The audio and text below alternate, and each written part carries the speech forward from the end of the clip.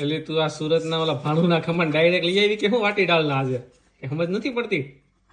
હા ઓ વાટી દાળના ખમણ આ છે ને હું લઈ આવી છું. તમને બહુ ખબર, હું વાટી દાળના નથી લઈ આવી આમ લે તો. આ તો જો ઢોકળા ખમણ વાળો કાઢે એમ જ તે સીધી પ્લેટ. હા ઈ આજે છે ને મેં આને વધારે થોડું ઓલું કરવા મૂક્યા હતા ને અહીંયાથી છે ને મેં આ ચટણી બનાવી ને એમાં નાખ્યું એટલે આ જો મારું ઢોકળાનું મસ્ત ઓલા ખમણનું મસ્ત રેડી થઈ ગયું છે. અને હવે છે ને ખમણ વાળા કરે ને એવી રીતના આપણે કટિંગ કરી નાખીએ. આમાં હાસીના સુરતની યાદ આવશે નહીં, કેમ કે આમાં ખમણ વાળો પ્લેટ ઉછી કરીને લેતો હોય. આ ખમણમાં કાંઈ ન ઘટે હો. વાટી દાળના ખમણ બનાવ્યા છે મિત્રો. હમણાં છે ને તમને હું છે ને કટિંગ કરીને આખા ખમણ જ બતાવી દઉં. અને જો હારે હોય સિંગ તેલ અને ભાણુંના ખમણ મળતા હોય. સિંગ તેલ આ જો ખમણની ચટણી એકદમ રેડી. હા આ જો મસ્ત મિત્રો તમે એકવાર આ ચટણી જોવો. મારી ખમણની ચટણી છે, હા હો. લીલા કાંદાની અને ધાણાની બનાવી છે. અને સિંગ તેલ લઈ લીધું છે. વ્યુઅર્સ ને બતાય ખમણ એકાદો લઈને ટુકડો. ઓહો આ તો એલા બાયર ઓલા હોય એવા જ ત્યાં ભાણુના. આ ભાણુંના ખમણ જ બન્યા છે. એટલે તમે છે ને મિત્રો કોમેન્ટ કરીને કહેજો કે આ ખમણ કેવા બન્યા છે. તમે એકવાર જોવો આ બન્યા છે પ્યોર.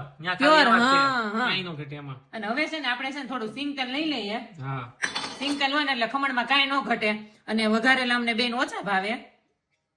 વધારે કેવા કે ખમણની મજા કોરામાં આવે ને એ કોઈ નો. હા એટલે છે ને હવે હું છે ને બાય ચડાઈ દઉં પેલા આજે તો. અને હવે હું ખાવાનું ચાલુ કરું. મિત્રો તમે પેલા છે ને મારા ખમણ જોઈ લો, કેમ કે આજે 2-3 અઠવાડિયા મારા ઘરે ખમણ બન્યા છે. એટલે મિત્રો ખમણમાં તો જો કે હું કઈ ઘટવા જ નથી આ દેતી. ખમણ શ્યામ બારા હોય ફરસાણની દુકાને, ગમે એ ફરસાણ દુકાને જાવ આ ખમણ બનતા હોય ઈ જ ખમણ અહીંયા શ્યામ. હવે હું છે ને એક ખાઈ લો પેલા અહીંયાથી શરીર ટેસ્ટ કરું.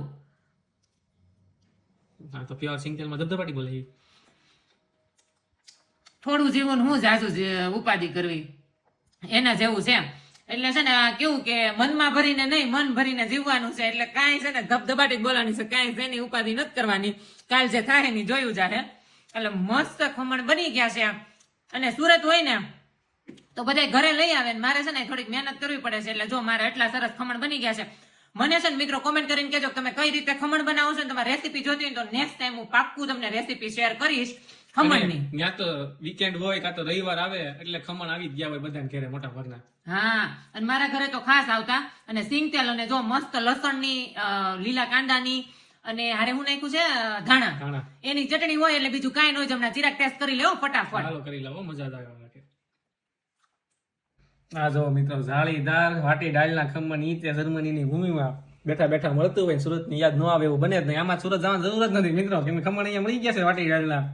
એટલે મજા જ આવે. હાલો મિત્રો ટેસ્ટ કરું છું, પણ મારા વાલી ન બનાવે એટલું હશે. ખમણ આવી ગયા મને ખબર નહોતી. આજ તો પહેલી વાત ગઈ છે. આજે ઘરે હતા ને તો ખબર નથી પડવા દીધી. કેવા લાગ્યા? મસ્ત.